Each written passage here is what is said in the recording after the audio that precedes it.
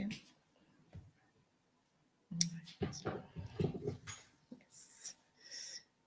Good morning, one and all. Again, thank you for tuning in to Family Matters. Um, Before I continue, today will be our last program. Today will be the last day of our program for this year. So I do wish everybody a prosperous, Merry Christmas and a Happy New Year. I'm already saying Happy New Year before Merry Christmas. Wow. So I'm looking forward to the new year. So have a Merry Christmas. Please stay safe. And our program today, we are going to speak about nutrition all the way. And especially in this Christmas season, I think it's very important that we know what we should be consuming, especially what we should be giving our children, and what we should be doing to maintain a healthy body. All right. Thank you again for having me. Thank you, Sufra FM, for accommodating us. And as I said again, we will resume in the new year.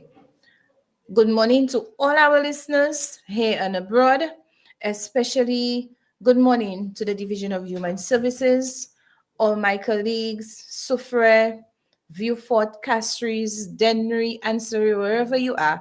Good morning to you. Good morning to all my listeners, especially those who are always there, always taking part, commenting, and so on. Thank you so much. Please let us know that you are on board with us. All right. Let me welcome our guest this morning. I will allow her to tell you her name and a little more about her. Go ahead, Miss, and thank you so very much for accepting to be here today. Good morning. Good morning, Sufre and the environs. My name is Kadia Harrison. A lot of persons in Sufre know me as Nurse Joseph. So presently, I serve in the post of Community Health Nurse in Region 6.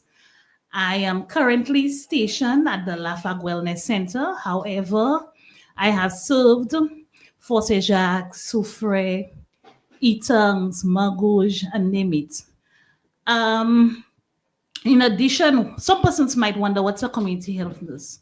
So a community health nurse is also known as a district nurse, and her main focus is delivering clinical care and also administrative duties in the wellness center. And for the past 3.5 years, I have been serving the people of Swazel, namely Lafag, Lamaz area, Rivadori, Cafe, and so forth. All right. Thank you so very much, Nurse. Before we go into our topic for today, and our topic, of course, is the impact of nutrition on us, on our children. Before we go into our topic today, I'm going into your business. Yes, I'm diving a little into your business. When we spoke earlier, you did tell me that you studied in Cuba, correct? So, Correct. yes. So I want you, especially for the sake of our young people out there, they're on vacation and they should be listening, right? They were listening in right now. As a form of encouragement, tell us a little about your studies. How did you get to Cuba? Some of your experiences, not all, don't traumatize anybody, some of your experiences in Cuba and so on. And what was your motive? What was your drive? And you are here today, very successful. So tell us a little about your journey, if you don't mind. Thank you. Wow. So that journey was a bittersweet journey for me. I will stress on the sweet part and not too much of the bitter part. My dream profession was never to become a nurse. Nothing to do with the human body was appealing for me. I wanted to become a lawyer. But that was not my plan according to God's will. Maybe not your calling. Yes. So the opportunity arose through a community member. We attended the same church. She heard about the opening There was a scholarship for nursing. I was the first ever Cuban, St. Lucians going abroad to study nursing in Cuba. Normally, it would be the doctors, the vets, and so forth. But that was the very first time they were taking a batch to do the nursing program. She told me about it because I was fresh out of school and I was not presently further in my education and I was unemployed. I lingered because I did not want to become a nurse.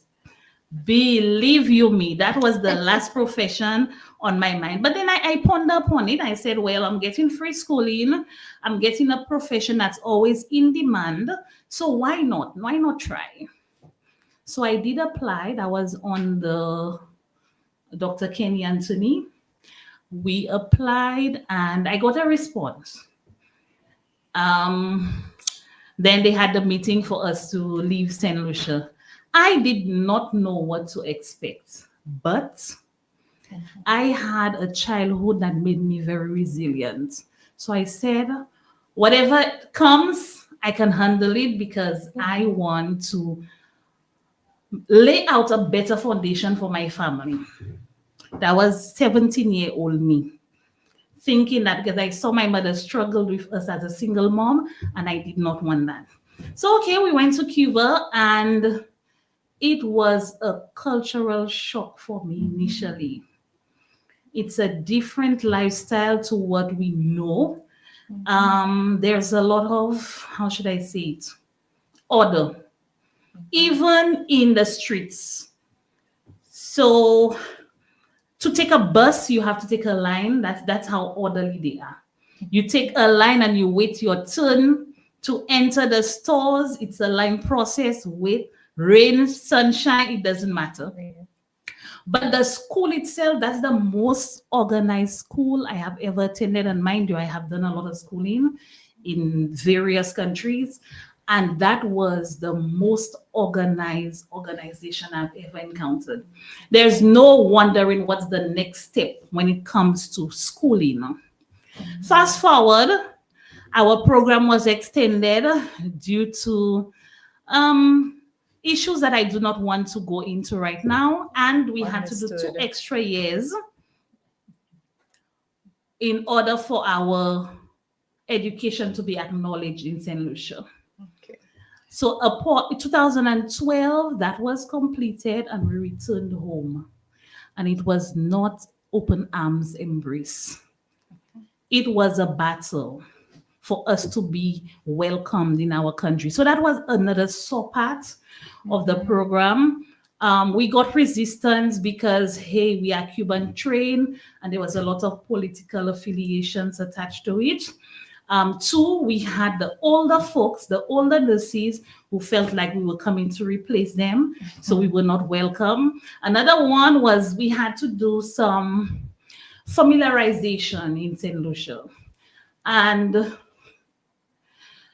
we had to be labeled in the street. So we couldn't wear any colors that was associated with the nursing school that we currently have in St. Lucia. It was a lot. Okay. It was a lot of, how should I say it? You had different dynamics. Yes, a lot of rejections, a lot. Okay. Some persons gave up along the way, Wow. sadly. But when we finally enter, we were unstoppable. Yes. Myself and along with my colleagues, I can attest to that. And we were taught in Cuba to be very innovative because they use the raw materials they have to provide whatever care needed. And that gave us a new and a different outlook. Outlook on how we approach the care that we give to our clients. But what I'm most interested in, Ms. Harrison, is what kept you going? What kept you going through all this? I'm hearing there was so much hardship both here and abroad. What kept you going? You did say that some of your colleagues gave up. What kept you going in particular? So what kept me going was what initially motivated me to apply. a different life for my future family. Despite the fact that I did not have an extended family at the time, but I was planning and I did not want to relive the childhood that I grew up in. So that was my motivator. Some persons, they're motivated by positive energy. Some persons are motivated by the negative experiences, they turn it into positive. So I think I am that person. If I encounter a hardship, I will use that opportunity to advance myself. So it will be like a motivator to me, like I can overcome that hurdle, but everything was through God because Amen to it that. was a struggle. Definitely. You also mentioned that you will, because of your resilient upbringing. Tell us a little more about that. Okay. Not into your exact upbringing, but just the resilient. What made you so resilient? So I am number 6 of 9 children, and I was at a tender age. I was separated from my family, my biological family, and I was raised with my adopted family. Okay. Um, there was a lot of cons attached to that transition, and through every trial that I encountered as a child into my adolescence, after I surpassed suicide ideations, I decided, well, if I'm going to leave, I'm going to have a better view of life. Okay. So that was my motivation that whatever I'm going to do, it's going to be better than the life that I had as a child. Okay. And you mentioned earlier, I am hearing that you have a strong spiritual background Yes. because you keep saying that thank God that God kept you going. So through all these trials and tribulations, God really kept you going. Oh, yes, he did. He did. Up to this day, he has kept me going. Amen to that. And thank you for sharing. And we are all amazed. And, it is so refreshing to hear part of me doing this, like I said to you, to motivate others. Because sometimes persons look at someone who is successful and think you will hand the silver spoon in your mouth Oh, no. and so on. And right now I realize our youths, it's they're not, I will say some of them are not as resilient as persons back then. And it's like they're so quick to give up. So I wanted that message out there that look at you today, thriving, successful, going, and to hear your story. So thank you so very much for that. And I'm hoping that inspired at least one person to move forward and to go for their dreams and never give up. Thank you so, so much. You're All welcome. right. So into the topic for the day, we were talking about nutrition and how impactful is nutrition on children. Okay, so as we know, nutrition is very important throughout the lifespan, but more so of that of a child, because that is when a lot of growth and development is taking place. And if that child is nutrition is poor, if that child's nutrition is poor, then you will realize that early into the adolescent or young adult age, they may have a poor quality of life. Okay. Although nutrition is important from in the womb and even before you get pregnant. So that is one of the topics that we stress on pre-counseling care when it comes to preconceptional counseling. When it comes to getting pregnant, it's just not about having a positive pregnancy test. It's preparing your body, ensuring that the body is nutritionally sound to carry that pregnancy through. And if it's not at the early stages of pregnancy, for example, from 0 to 12 weeks or the first 3 months, it's crucial.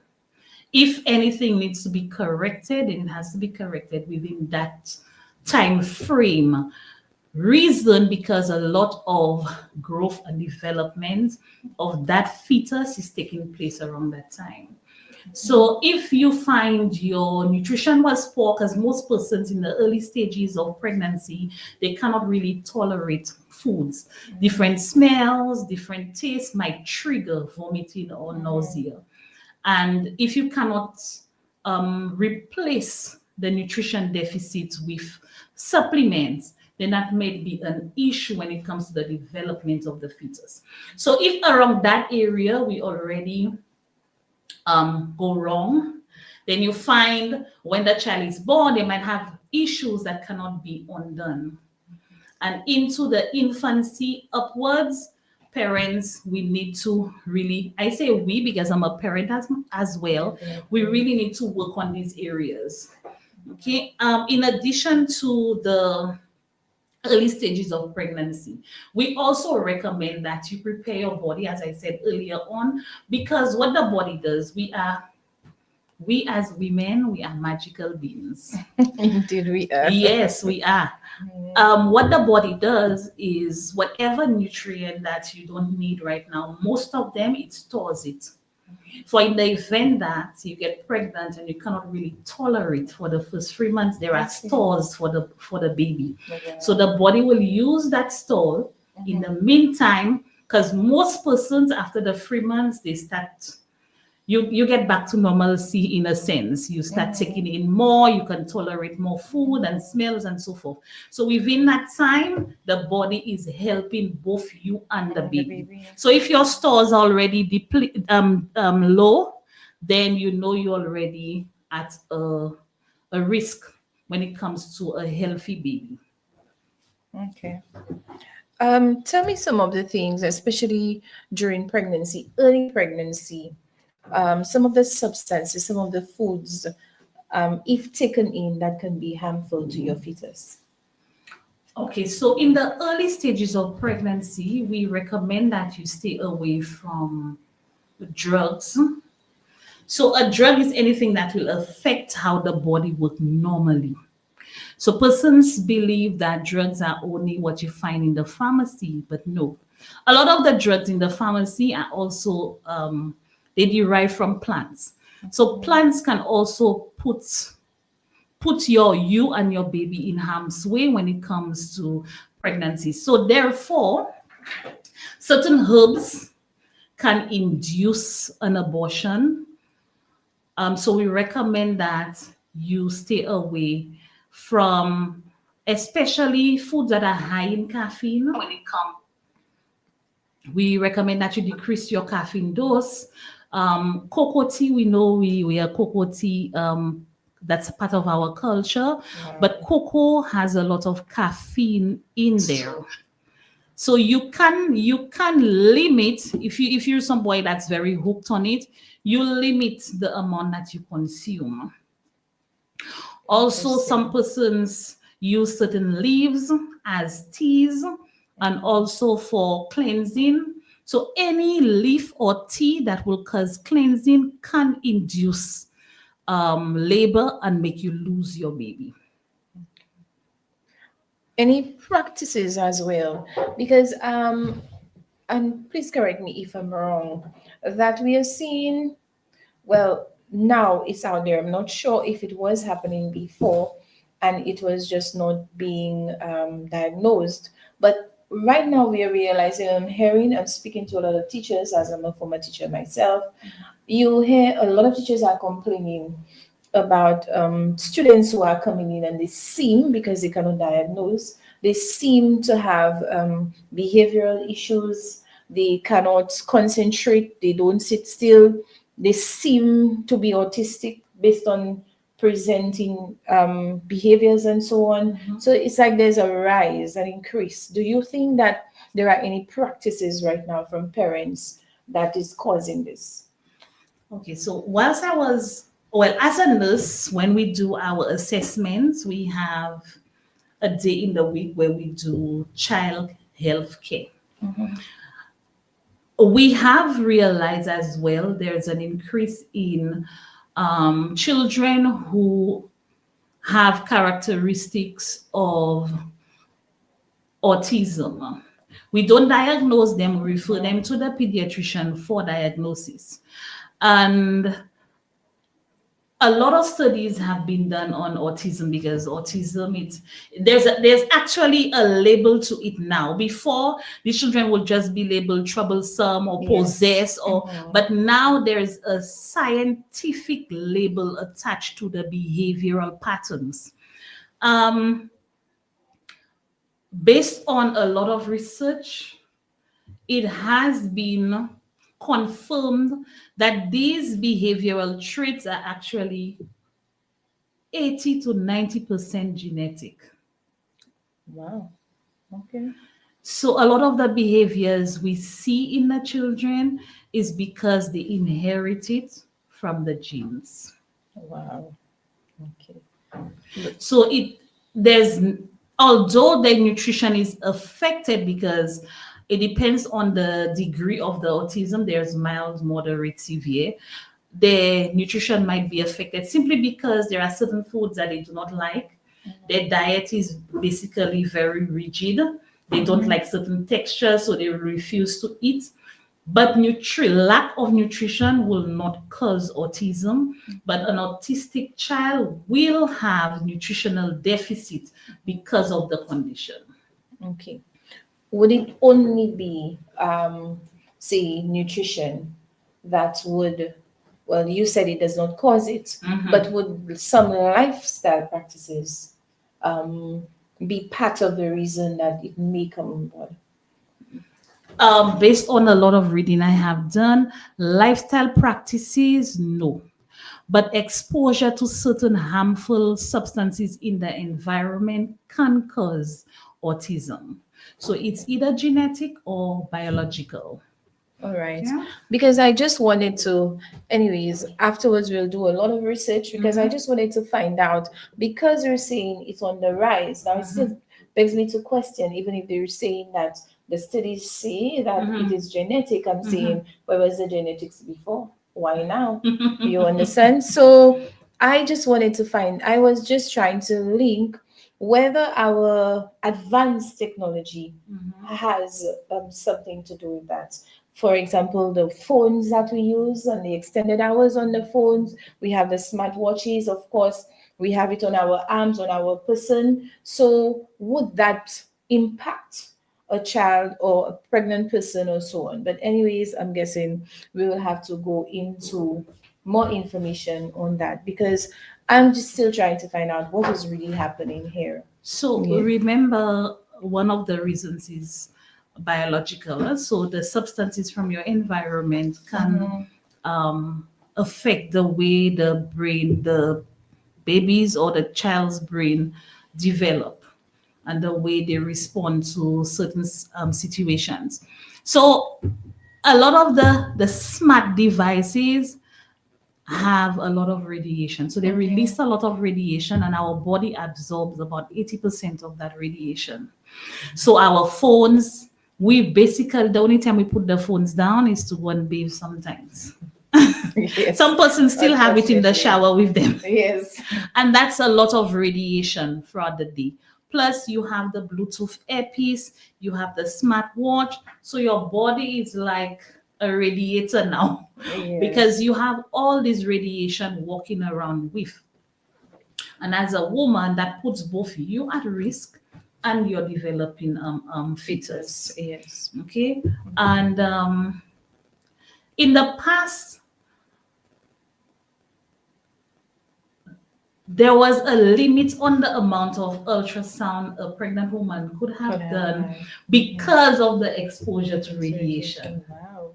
And you see, now we have portable radiating devices working everywhere. We find persons are not mindful of these things, and all that can affect not just you, but the generation that you're trying to build. I think that's a more reasonable explanation. And in addition to that, you find the devices, the tablets, the phones, it makes the children attention span almost non-existent. because everything is moving at a fast pace. They do not want to wait. And if they do not have their way, they throw a tantrum because that's what they see. See, yes. So they are being schooled from these devices. Definitely. Technology is raising our children right Yes. now. All right. Thank you so very much for that, Miss. At the schools, we're moving from like your prenatals to your postnatals.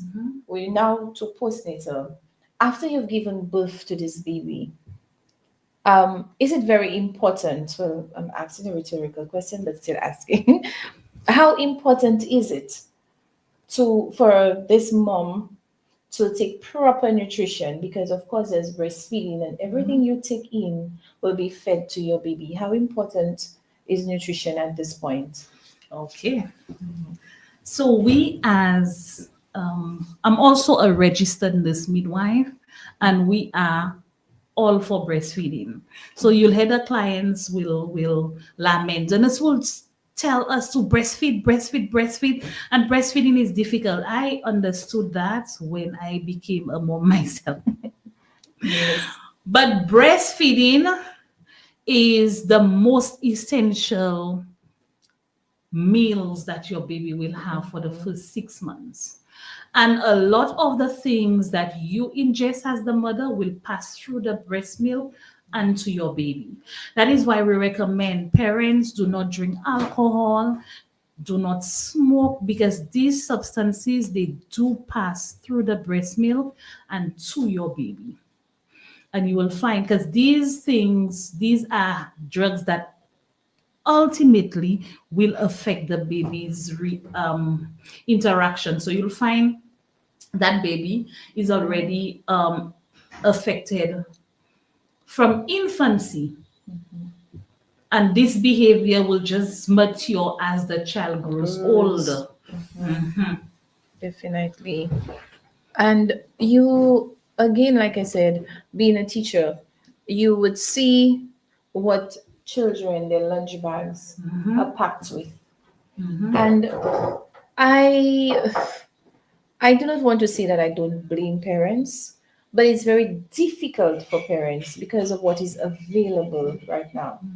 And you find to eat healthy is very expensive, Oh, yes. especially in St. Lucia. To eat healthy is very expensive. You ask the parents, of course, to get the local fruits to make the juices and all. Time is of the essence. Again, if you put it in the fridge, you get, my mom would always say, you're asthmatic. Because if you're asthmatic, you cannot drink the cold stuff, and it is a challenge.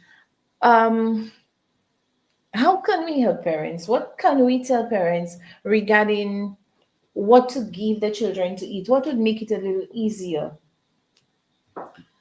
So normally children, they're very, how should I say it? They can be very defiant.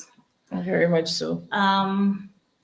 If you give them something that they do not like, they will either not eat it or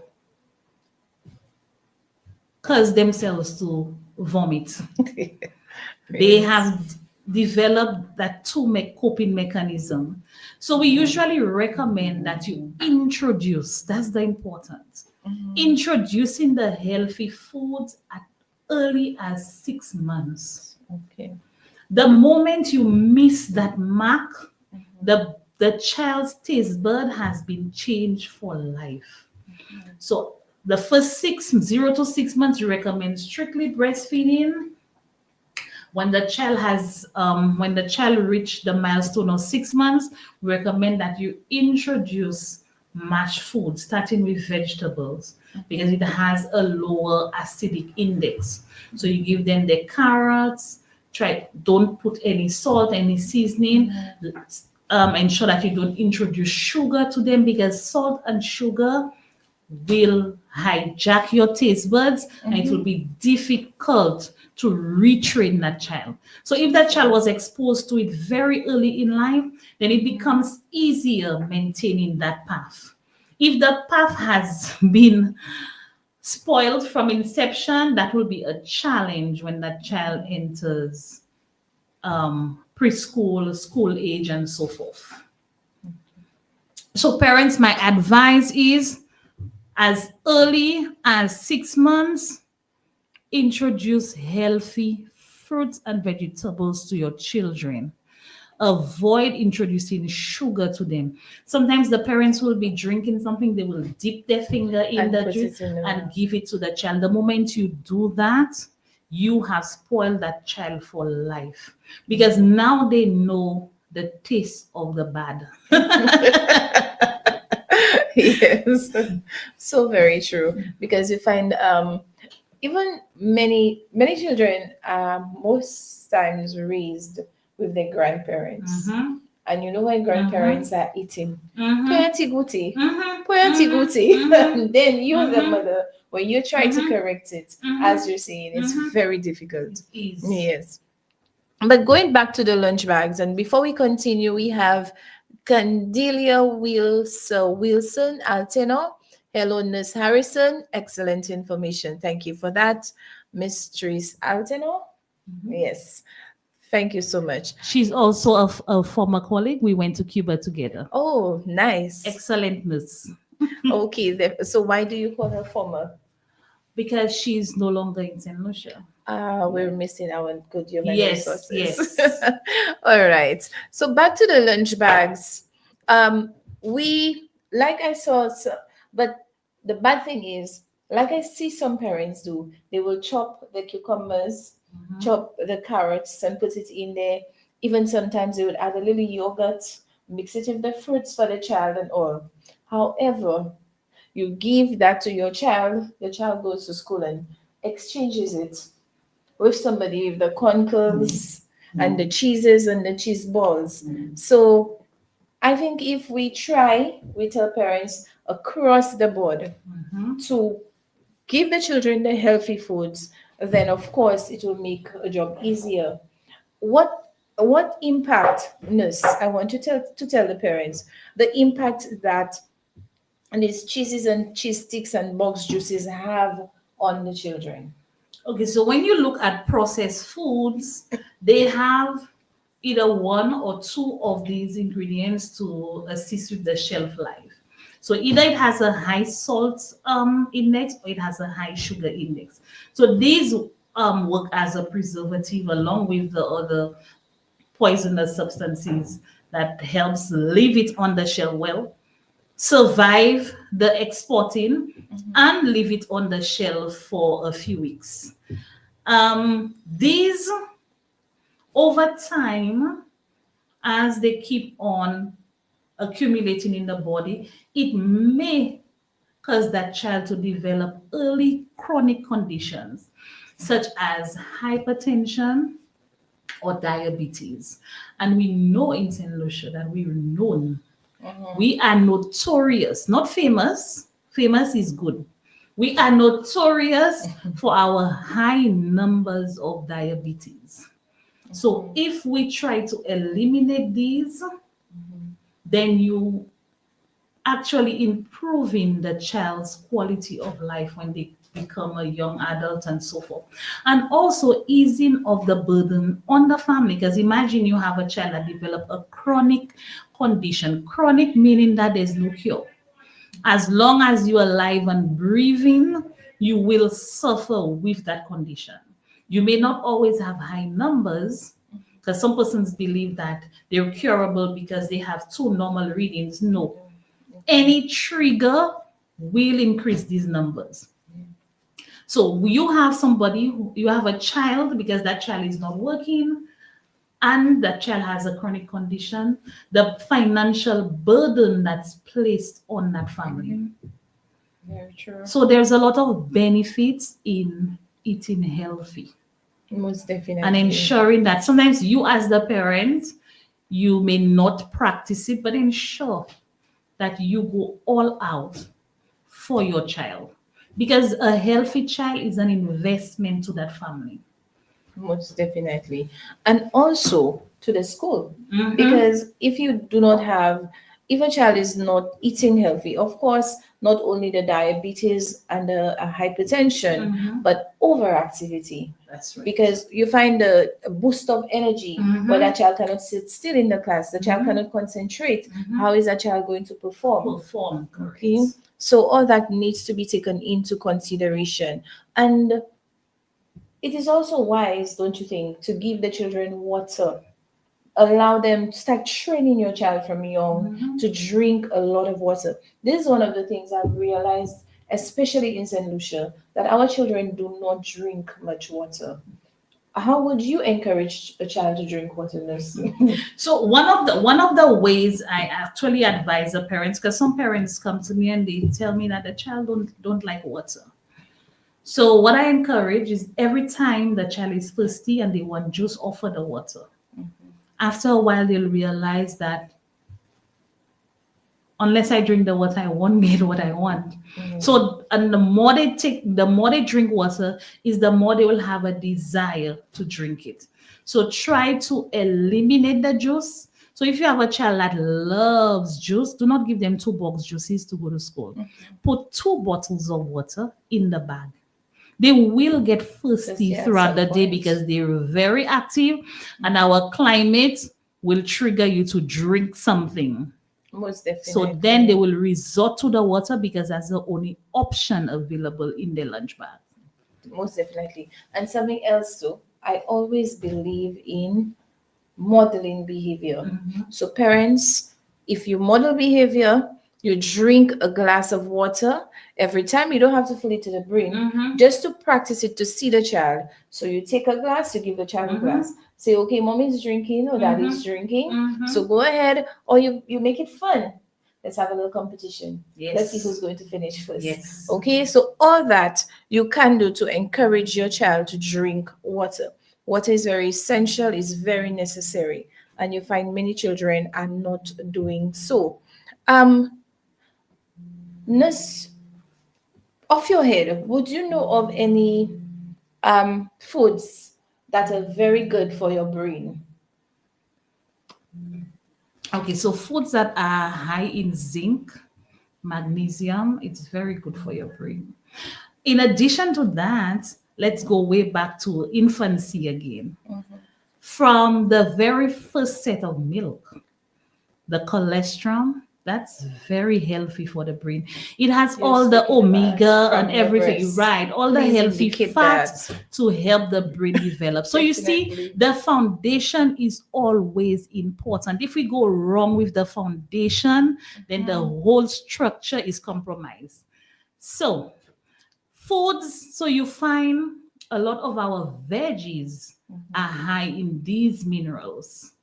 And you'll find some children will not like it, especially mine. They don't like veggies. But she likes sea moss. And sea moss is also high in these. So what I do, I give her more sea moss smoothie. So you try to make it creative for them. They might not like the raw vegetables, but if you could blend it into a healthy smoothie, then they get their nutrients and everybody is happy. Okay. Going back to breastfeeding, I've heard many people say, especially the young adults, that breastfeeding will cause the breast to fall. So they do not want to breastfeed for that because they don't want any sagging breasts. Could you please clarify this misconception? And also, the positives to breastfeeding, because not only when you breastfeed are you giving your child a nutritious meal, but you also bonding with your child. So can you give us the advantages of breastfeeding? Yes, I love, that's my favorite topic as a midwife when I speak to my expectant mothers. Breastfeeding has benefits for the baby, for the mother, for the environment. So breastfeeding is like the big boss of the day. There is that misconception, as you well stated, that breastfeeding will sag the breast. No, that is false. Breastfeeding cannot do that. You may get sagging of the breast due to the lack of collagen in your diet. So, collagen, we get a lot of collagen from dark leafy vegetables. Okay. So, if you do not have, because much of that will cause the skin to sag. So, it helps keep the skin firm along with vitamin E and so forth. Breastfeeding might expand the breast as the production increases, but it will not cause the breast to sag. So people breastfeed, breastfeed, breastfeed. Now for your baby, of course, this is the best nutrition for your baby. It ensures that your baby gets the right amount of nutrition for their development from 0 month to 6 months. So the type of milk that you will have at birth differs from a week, differs from a month, and so forth.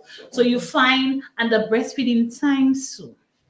So the milk you will get as soon as you start the breastfeeding session, it transitions to thicker and thicker until it gets the creamy part of the milk. That's what really feels the baby. So some persons, they cut the session short, and that baby is always in demand. The baby is always crying because the baby is not satisfied. Okay. So if you have a breastfed baby, of course that baby bonds to you, and that baby is healthier for sure, and that baby interacts better when that child has to be schooled.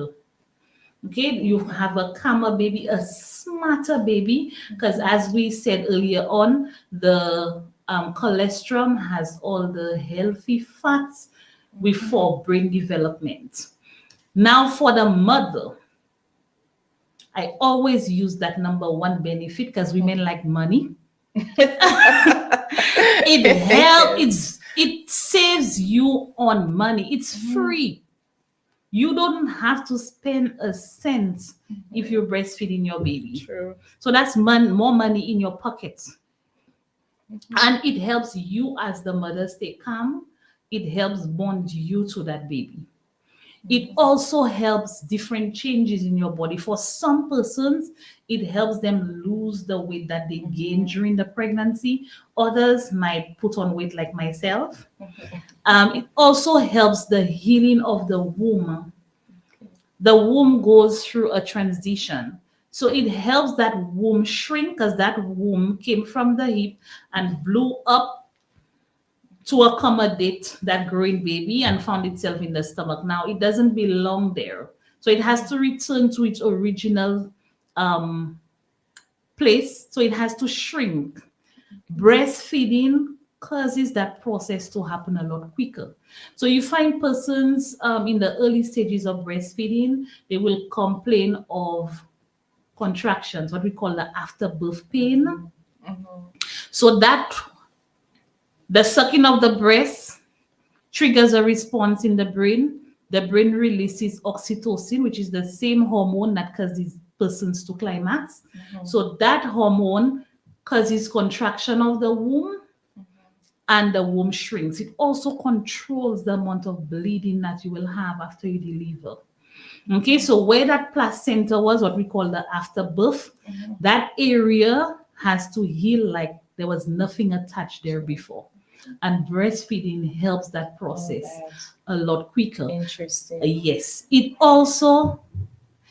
can also operate as a birth control. So for persons who are breastfeeding at least 4 to 6 hours a day, not constantly, but in between, you can use breastfeeding as a contraception because it can delay the period. Okay. For persons who are using substitute feeding, that's not recommended for you. So if you're bottle feeding your baby, giving your baby all the stuff, it will not work for you. But for persons who are only breastfeeding, your baby has hiccups, you give the baby breast milk, the baby is hungry, you give the baby breast milk, that can work for you. All right. Now, how does it help the society? Of course, if a lot more mothers are breastfeeding, then you find there will be a need to import less formula. So that will decrease on the expenditure of the country. So you see how everything is linked. And not only that, nurse, we have a lot healthier babies. Right. So So you find then, that workplaces will not be affected from definitely. absenteeism of mothers that have to Mhm. attend to the sick ones. Very correct. True. Yes. So, um, something else I noticed that a lot of persons are doing, of course, if they have to return to work, they would do the pumping Mm-hmm. of the breast milk. Would the pumping of the breast milk have almost the same effect as breastfeeding in terms of healing the womb and so on? It can have the same effect if you're doing often enough. Okay. Okay. So the frequency is important. So if you're maintaining the same time interval, it can operate similarly to the suckling of the breast. Okay. And I also recommend that because my first daughter, she Mhm. was a breastfed baby. Okay. So even when we incorporated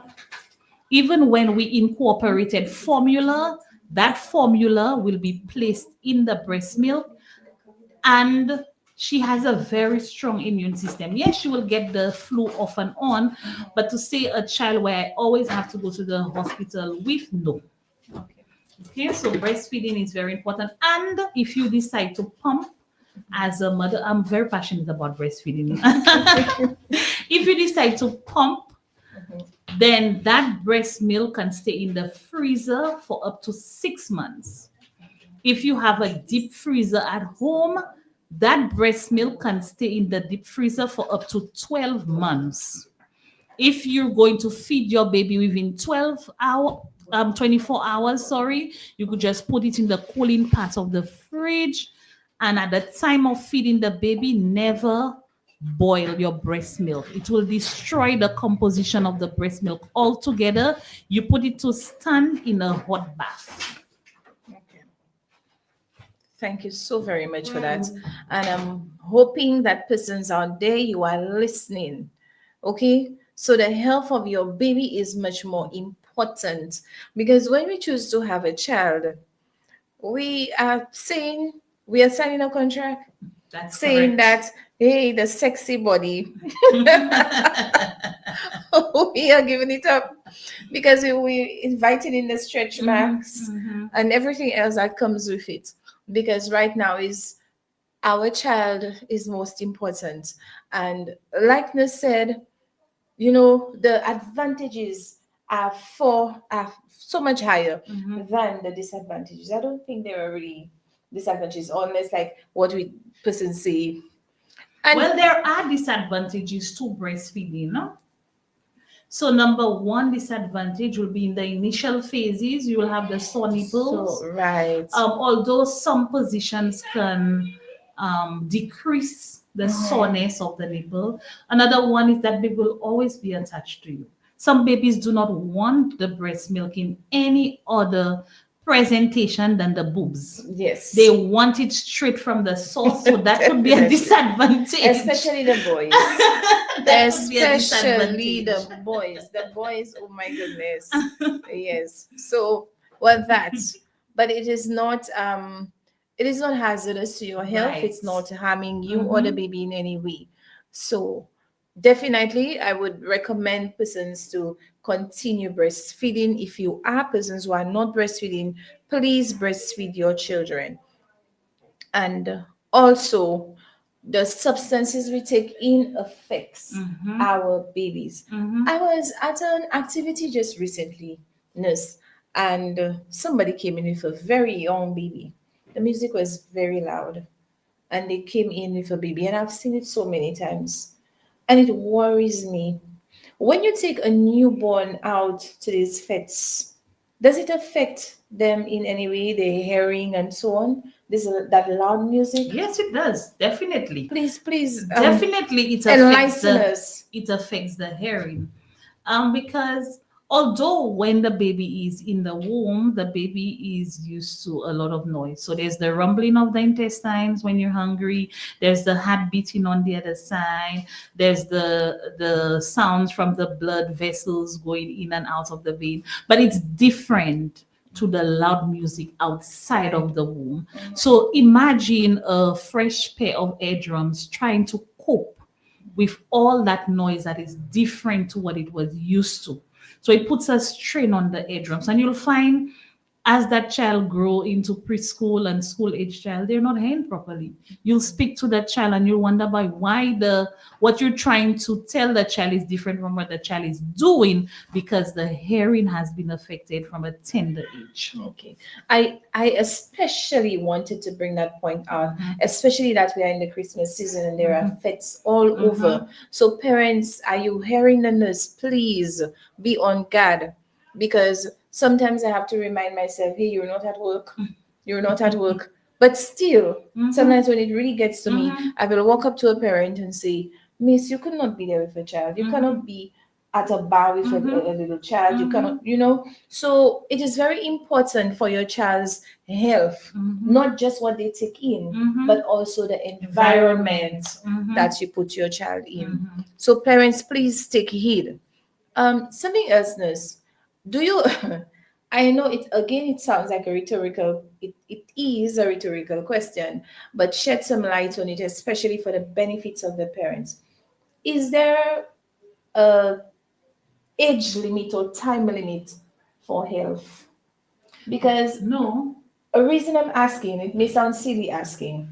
Some persons believe that after a child maybe reaches the teenage years, or they've passed the tender years, is what we call the very tender years, that from now that child can eat anything, do anything, and it will not bother, it will not harm them in any way.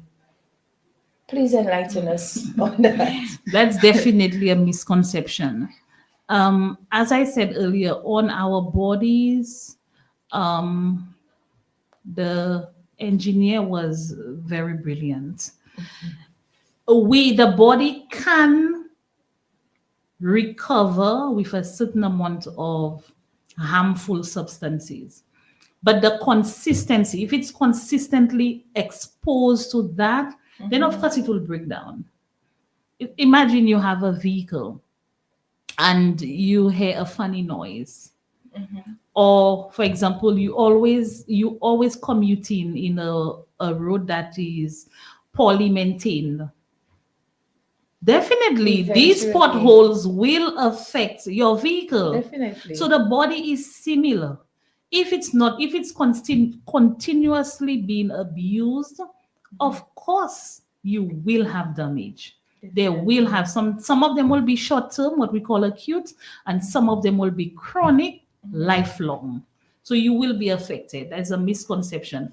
What will happen is some persons, because of their age, because they're young, and you find a lot of the structures, they're more resistant, they're more resilient. So you find they will be exposed to a high level of alcohol, they'll not fall sick. And when they reach a certain age, for example, in their late 30s, 40s, then you'll realize they start falling sick. Is because the body is aging and their resilience is weakening. Definitely. So keeping a healthy mindset never stops. There's not a break period. You have to do it consistently in order to have a better quality of life. Most definitely. I'm hoping that you teenagers, especially you teenagers out there, you're hearing, you're listening. Um, what about how important is sleep? I was just coming to that. I was just waiting for you to the end point. your speech for me to mention that. So a lot of times we hear about nutrition and we only think about what we take in. So what we take in by mouth is also important, but what's the practices, life practices also affect your health.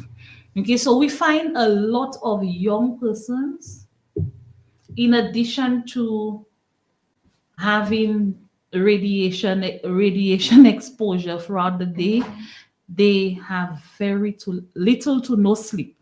So they'll go to bed at 4 o'clock in the morning and then they will be up again the whole day. And they will do that cycle continuously. And then the weekend comes and they drink on top of that. They smoke on top of that. Some persons, they have multiple partners on top of that. So all these things weaken health. Sleep is to have at least 8 hours of sleep. As you get a little older, research has shown that 6 hours is fine. But as a young adult, you need to get 8 hours of sleep. Children need 10 hours of sleep. That is why some children, when they on the devices late, when they reach in the class, they cannot You concentrate cannot concentrate. because the mind Yes. has not gotten enough Yes. rest. Mhm. Sleep Yeah. is very, very important. And do you know that your bone marrow regenerates when you are asleep? So there's a process that takes place when you are asleep, but you need to be asleep between 1 to 4 a.m. That body needs to be asleep for that process, for you to generate new blood. That's important. I'm learning something new. Yes. Definitely. Yes. So, listeners out there, say it again, this, because especially that we are coming into the Christmas season, we are already there. Mhm. All the fêtes and the Jouvet and everything that's going to happen Mhm. between the hours of 1 a.m. to 4 a.m., your eyes need to be closed. You need to be asleep in order for the body to make fresh blood. Thank you so much for that. I once heard a young man say, who needs sleep? What is sleep? Who needs sleep? I need to make money. Wow. So, something somebody sent to me some time ago, and I mean, it stayed with me that what is anything else without health? Mhm. A healthy man is the richest man because without health, you have nothing, absolutely nothing. Don't you think so, Ness? Correct. Correct. And the young man who said he doesn't need sleep, he needs to make money. The sad thing about the situation is all the money that he's going to make, he'll have to spend it under his health. Definitely. That's the sad domino effect. Mhm. So sleep, rest is important. And sometimes um, before we fall asleep, we need to unwind with the world. Sometimes you lay on your bed and your brain is very much alive. It is. It's Yes. thinking of all the things you did not do for the day, what you're planning to do tomorrow, and morning is dawning and you have not rested. So try do some healthy practice. I know when you hit menopause, it affects your sleep tremendously because the hormones that's supposed to help you calm down is depleting. But there are healthy practices. There are some calming teas like chamomile you could take in the night. It will help you relax. And you can stay away from screens because sometimes you see something on the screen and your subconscious mind records it. And the time that the brain has to shut down, it keeps the brain up. You are so correct about Mhm. that. Not to cut you short. I was always wondering what's happening with me.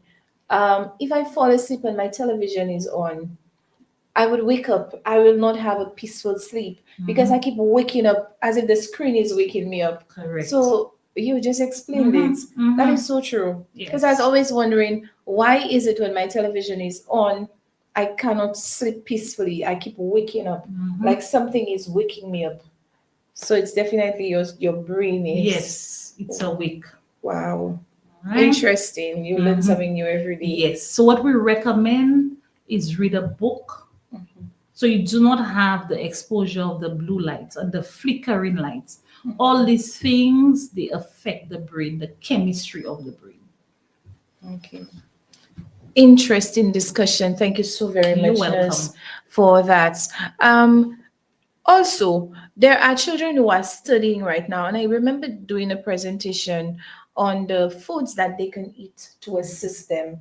Would you know of any of these foods that can assist a person to study, to stay up to study, and also have the brain so they cannot be breastfeeding anymore to drink that milk, but have the right foods to eat so that their brain can be receptive to what it is that they're taking in?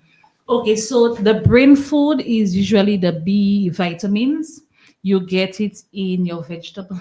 Again, Yes, we yes, go back to to vegetables. yes. So you get it in your vegetables. If your diet does not accommodate it, you can take B supplements. It's totally safe. The only side effect per se is it might increase your appetite. The B12. Yes, it Yes. does increase your appetite, but it really helps with memory. Memory. Okay. Okay. I'm happy to hear that.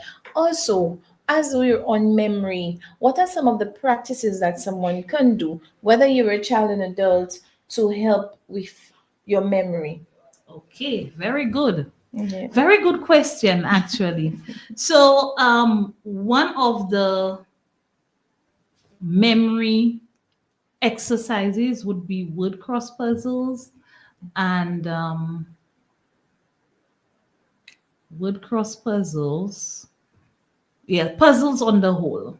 It Okay. really helps with memory. So we usually recommend that you do it with your children, even with children. There's the large print. You can get it for your child because you find from kindergarten, there's a assessment where you repeat four numbers and the child has to, you repeat it once and the child has to tell you these four numbers. And for the life of me, they cannot remember two. True. They Yes. cannot remember too. And although our childhood, I'm coming back to you, although our childhood was difficult, but it helped in memory. So your mother will give you a long list of things to buy, and you had to You come have back with to the right thing. also So have to every repeat list, it. you remember 2 pounds of sugar, 1 pound of rice. It Yes, helped with our memory. definitely. Although there was some slavery, some colonialism attached to it, but there was a positive. There So you was find indeed. when it come to schooling, we did better because we Definitely. were trained from home Yes. to memorize. Because something else our parents would always do and tell you, what did I say? Tell me what I Yes, said. Repeat yes, what I said. that is correct. Okay. Yes. They will give you instructions and tell you, okay, you listen, so now repeat. What did I say? What did I ask you to buy? So that helps you remember. Yes, yes. Okay, so yes. these are all the activities that we can do with our children now. Yes, and in addition to that, for persons who were very religious, so in the Adventist church, we had morning watches, we had to memorize in comes. So every room had a Bible verse you had to memorize. And in the morning, when you do your line call, if you get it wrong, there are chores you have to do during the day. Okay. So you were forced to memorize because you Yes. don't want to do chores, you come to camp, you want to have fun. So Yes. all these little activities helped with our memory, and we were eating closer to the food chain as a child. You find now we have more processed foods and all We these do. microchemicals, they clog our memory. Okay, so in addition to eating a healthy diet, puzzles help with memory. You could play little memory games with your children. You could line them up and repeat certain things. Make sure they understand what you're asking. Ask them to repeat it. All these little activities help with the memory, and of course, sleep. If you're sleep deprived, your brain is sluggish. You will not remember. True. Very true. There's also this game, persons use it as an icebreaker that you could use where you tell somebody something and they have to repeat it to let me tell you, it is outrageous that by the time it gets to the fifth person, it is something completely different. So that's something else. And come to that, Shillen Williams Alexander. Hi, Shillen. Great discussion. Thank you for that. Yes. So, along with that, we were talking about we discussed the herring earlier. What other things are hazardous to our hearing, not just the loud music? Because what I realize as well, there are many persons, because some time ago I went to special education, and of course we had to test the hearing of the children. And you find surprisingly there are some children who are suffering with hearing loss, and it's getting higher. Why do you think so, Nurse? So there are many factors. One of them could be congenital, meaning that they were born with it and it was missed throughout the assessments. Another one could be because some of the parents were always shouting. So shouting causes this? So the hearing is programmed for a certain tone. So that we're a funny bean. The hearing is only responsive to a certain tone. That can happen. So if you find a parent is always shouting at a child, when you speak softly, that child will not hear you. Yeah, true. Okay. And other things could be the APCs that the children use. APCs, they're very dangerous to your Please hearing. tell us a little more about that. Because you find right now persons don't walk without it. I can hardly keep it in my ear. But I'm seeing certain it has become like a fashion trend. So tell us a little more about these So AirPods and earbuds and yes. earphones. So initially, when headphones recently surfaced, when it was affordable for the lower classes, you realize after using the headphone for a little while, it would warm up. It would get very hot that you cannot stand it anymore in your ears. Yes. So that heating up is as a result of radiation. And we know radiation, it kills both good and bad cells. So that could be one reason, because of the constant exposure to the radiation, it kills the senses. Okay. In addition to that, it could be bacteria that is transmitted to the inner ear, because you know these pods are everywhere. You don't wash your hands, you just take it, you put it in. Let's watch some videos. So that could be a reason that a lot of persons are not aware of, because there are a lot of surface germs and bacteria that we can introduce in our bodies through these AirPods and these APCs. What about the habit of cleaning your ear? Yeah. So, in nursing school, we were taught that you should clean your ear with your elbow. When the professor said that, everybody was like, "Oh, that's yes, I went. You saw impossible." my face. I thought. Yes. So the air should be cleaned with your elbow. That's right. It's impossible to do. That's the whole point. So introducing anything into your ear is a no-no. What's recommended is to clean the outside, the outskirt of the air. If there's secretion in the entrance, you just wipe it up with a cloth, but you do not introduce anything into the air.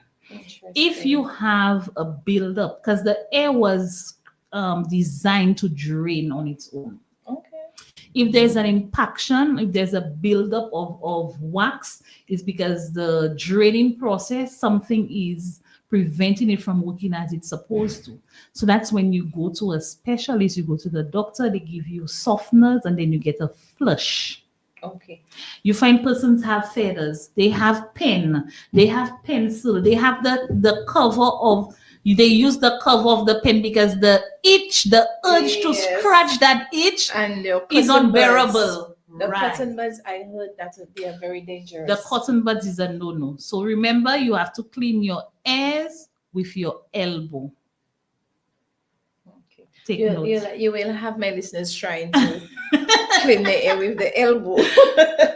So you just wipe the outskirt if there's drainage, and if you feel that the air has some discomfort, whether it feels full or it's itchy, you go to the doctor. But as opposed to what you're saying, you grew up hearing persons say, so there can be, as I said, an impaction as a result of the drainage that's not happening naturally. But a lot of the pakatan is, one thing, fear. The fear of our parents, it affected our hearing.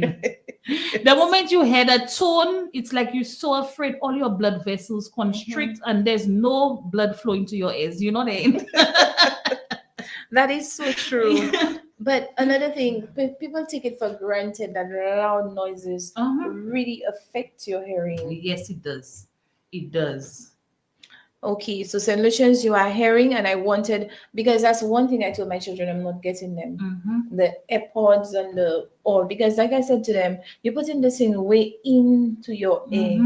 And then after some time, you ever realize that when you have this in your ear, you take it out, like it takes a while. It takes a while for your ears to right. So all that is hazardous to our health. So persons out there, you're listening.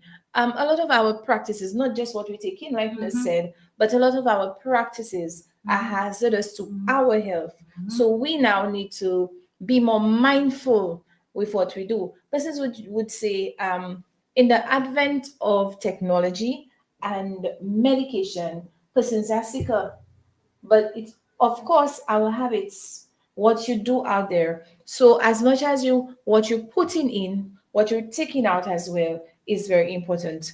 Your taking out would be, of course, your habits, what you do. To young persons, you heard that nurse said, of course, sleep It's very is important. very important. What about screen time for your eyes, nurse? So you find now you will see children, kindergarteners with glasses, because from a baby they're already exposed to the screen time. I saw this influencer on Facebook. He was in the hospital. He had his newborn. He put the newborn in a cot and he took a phone and he put it right next to the newborn. But I got what he was saying, that we introduce screen so early to the children. It's almost like as soon as they're born, they're exposed to the screen. And imagine these eyes are very sensitive because they come from a dark place.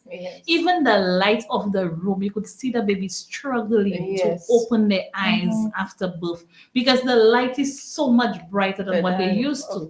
And then you give them that screen with the flickering lights, and they're on it for how many hours of the day. The blood vessels of the eyes are working under pressure to transmit all these different images. And in no time, the child cannot see. You'll find they're looking at the screen almost ready to kiss it because they have to put it so close to their face to see. So all these things are affecting our children. Yes, it's a sign of love. We want to give our children the accommodations that we did not have as a child, but these practices are actually harming our children. What would be the recommended screen time for a child, or generally? So generally, we will advise to eliminate screen time altogether from 0 to 5 years. Absolutely no screen time we don't recommend. That is very difficult. How realistic is that, really? How realistic is that? That is very difficult. That's a difficult one. Yes. That is why I was asking for the recommendation. Yes, so recommended screen time is 0. Okay.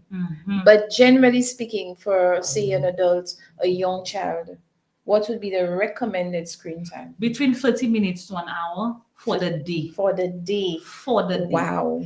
And then you do little activities. So interactive play is a lot more beneficial to the child than screen. So we always recommend interactive play, little things that you do. You take the fruit. What color is the fruit? They're getting dressed. What color is this? Is a red shirt. This is, or you could tell them, go in your drawer, take the red shirt, take the red socks or the white socks. All these little playful engagements help with brain development than the screen. That is so true. Because you find now the children are less active. Yes. Okay, and not only what they take in, as in the foods that they take in, but because of the lack of activity, your body would develop certain deficiencies, certain behaviors, certain things that they will do, like, okay, since I'm lying down so much, what about my joints? Wouldn't they start being sore? Okay. Going out there, your eyes are all blurry. So encourage parents, not only the babies, but also our teenagers, our upper forms, the primary school students, to go outside. Tell us the benefits of going outside and being active. Okay. So since you mentioned it, that was one of the points in my head. Since you mentioned it, I'm also going to speak about getting up early. Okay. So I'm going back to our childhood. We had a very good childhood when it comes to our parents instilling healthy habits. And they didn't even really know that. Yes, we didn't know that. We saw them as being oppressors. Tyrants. Let me tell you. So getting up early, you see the sunrise. it helps balance our brain chemical. Wow. Minutes are being Yes. So sleeping up to 10 a.m. in the morning, it's not healthy for us. So you find a lot of our young persons will be depressed because the happy hormone is triggered by the sunlight. Oh wow. Are you hearing And that, listeners? sorry, happy hormone is triggered by the sunrise, and we miss it because Sunrise. we're sleeping at Wow. the time the sun is rising, our Now she's curtains are down. look, now she's causing me to wake up early. Yes, we're supposed to wake up early and get the sunrise. Okay. So it's not only healthy for the babies, it's also healthy For for your us adults. as adults. Yes. So in addition to that, we miss the sunlight as we getting up at 10 a.m., 11 a.m., 12 p.m. because we went to bed at 4. Going outside, we are sunshine beings for a reason. Because some of the vitamins that the sun gives us, the body needs it to help other nutrients get absorbed efficiently in the body. And it also strengthens the immune system. Fresh air is also important. You and the trees, the exchange is remarkable for your body. So you find a lot of times the parents will tell you, don't go outside, stay inside. The sun is hot, this, that, and the other. But you're supposed to get the sunshine. The sunshine is also a sterilizer. I do not know if as a child you remember your parents used to put the pillows out for sunshine to Definitely. disinfect it. Yes. Yes. Yes.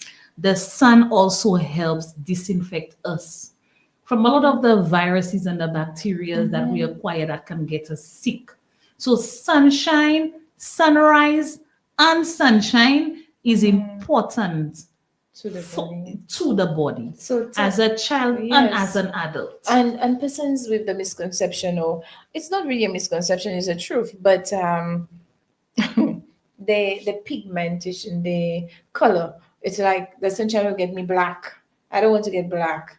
So you'll get a tan when you stay in the sun for an extended period of time. But that sunshine you're talking about is not the midday sunshine when it's Correct. way up and you're going to sit in the middle of the sun like you're a crazy person. Mhm. That's not what you're speaking about. Correct. Tell them, please, the times that they go out. So whilst the sunlight can give you a ton what we call superficial burns, what we call sunburns is actually a real burn, it's just superficial.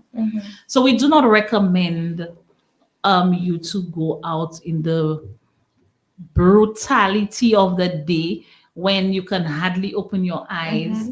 And now that the ozone layer is basically not any barrier for the sun, to say, okay, then they said you need sunlight. The best sun is at least 7 to 8 o'clock in the morning. And when it's about to set, between 5 o'clock to sunset. That's the best times of the day to get sunlight. Okay. Repeat that again, nurse. I want everybody to be hearing you because we are talking about a healthy lifestyle. How impactful is your health on you? Okay, being healthy, not just eating healthy, but your healthy practices. Tell them again, nurse. So healthy sunlight is from 7 o'clock to 8 o'clock in the morning, and in the evening from 5 p.m. to sunset. That's healthy sunshine. And you also said that the sunrise. Yes, the sunrise actually triggers your happy hormone. So try your best to be up at sunrise. So especially young persons who are listening in, if you are listening in, I'm hoping that you're taking that into consideration. So this question, it's funny. So if I wake up before the sun sets, I take my sunrise. So can I go back to sleep? You know, funny enough, after you get the sunrise, you feel energized. Sure. You feel energized and you can conquer the world. You don't even want to sleep anymore. And you get that fresh air, the unpolluted air. You under trees, you're having a beautiful, harmonious relationship. you feel like a brand new man. You can lift Saint Lucia with all its content. You will not want to go back to sleep. To sleep. Mhm. I have noticed that persons who go out, because it has happened to me. I don't like to wake up, but it has happened to me that when you wake up and you go for a morning walk, you exercise in the morning. Let me tell you, for the rest of the day, like you said, Yes. you feel so energetic. Mhm. Okay, so I think we have lost our connection because we overdid our time. Is it that? Okay. So I am thinking that we have to end because of time constraints. Yes, we have lost the connection.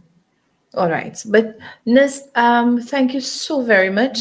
It was a great discussion. And of course, all good things must come to an end. Yes. And I thank you so much. I could have gone on and on. Yes. It was indeed a healthy discussion. So thank you so very much for accepting my invitation to be here. And of course, I'm hoping for a part two. Because they said when it's nice, you play twice. So of course. Again, thank you, listeners. Those of you who sent in your comments, thank you for that. And I'm hoping next year, God's willing, to make this program even more interesting for us to have giveaways and so on. So persons will call in and so to make it a lot more interesting, not just to give you information and talk, but also let you participate. So again, thank you. Anything you'd like to say? I believe I've said so much. So, parents, I know the task is great and the children can be a bit challenging, but let's try creative ways to nourish our children properly, because a healthier child is a more productive child. And it's also, as I said earlier on, an investment into the future for that family. Okay, so let's try our best coming new year to improve on our child's diet. Thank you so much for that. So, as I said, a Merry Christmas to everybody. This is our last program for the year and a prosperous new year. Again, everyone, please stay healthy, not just in what you take in, but in the practices. And persons who smoke, try not to smoke in crowds because there is what we call secondhand smoking, which is even more dangerous than you smoking altogether. Okay? All the best. Thank you so much. Yeah.